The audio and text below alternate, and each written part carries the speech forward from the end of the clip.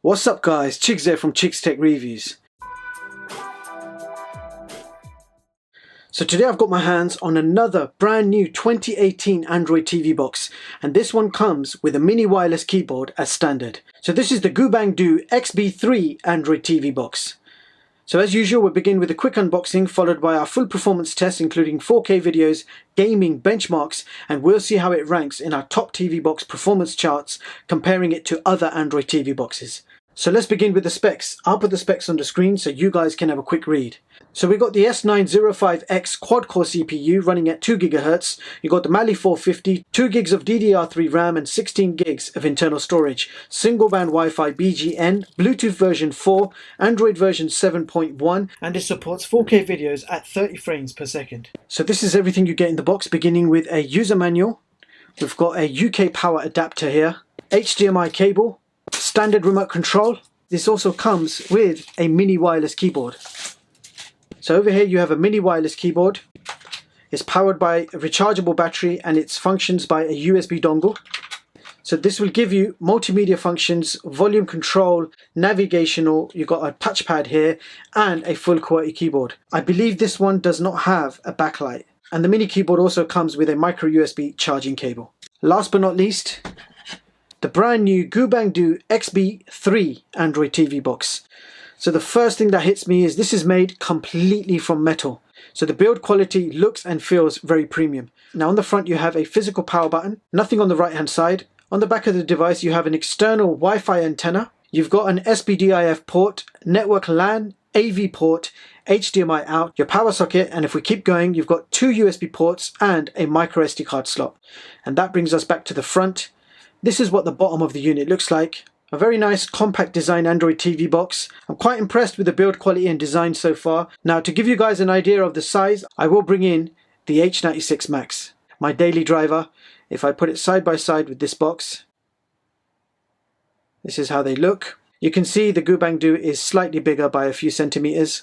And in thickness, the H96 Max is slightly thicker. So I hope that gives you a general idea of the size of this unit. So now I'm going to hook this TV box up to my TV and capture card, and we're going to find out how good this TV box really is. I'll be right back.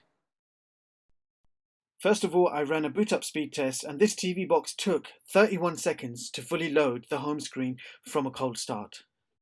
And here is the home screen for this TV box, and on this page you have a selection of useful large and small shortcuts. Most of these large icons are fixed and cannot be edited. However, you can customize the bottom row of small icons by hitting the plus sign, selecting your favorite apps, and they will immediately appear at the bottom. Furthermore, this TV box has 16 gigs of internal storage, from which there are 11 gigs free to use. And if we have a quick look in about, you will see that this is running Android version 7.1.2. Now let's check out the system apps.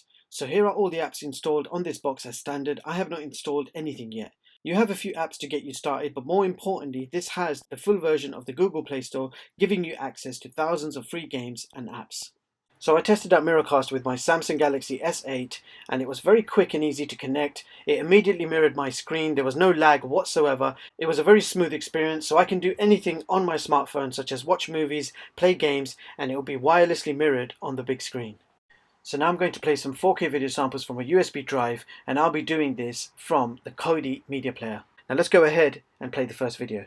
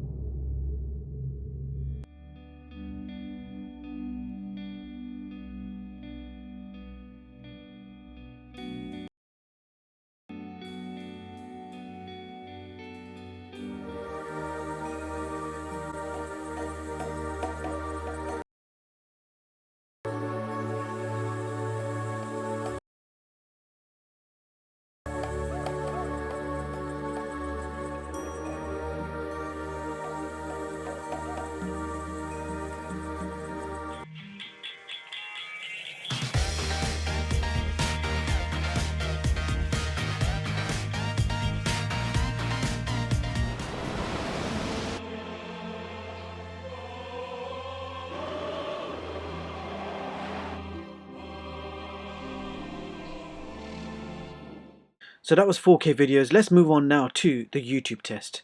Now what's amazing about this box is you can stream a maximum of 4K on YouTube.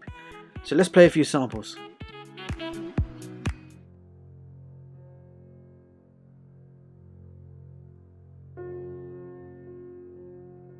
Like a partner.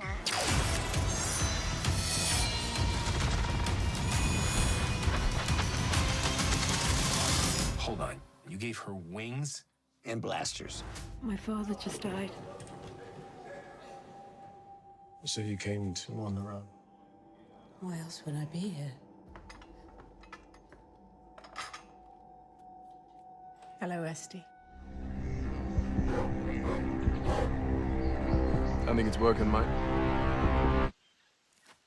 You're disturbing my mind energies.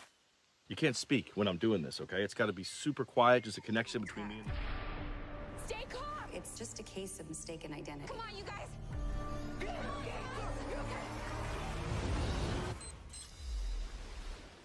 So that was YouTube. Let's move on now to the gaming test.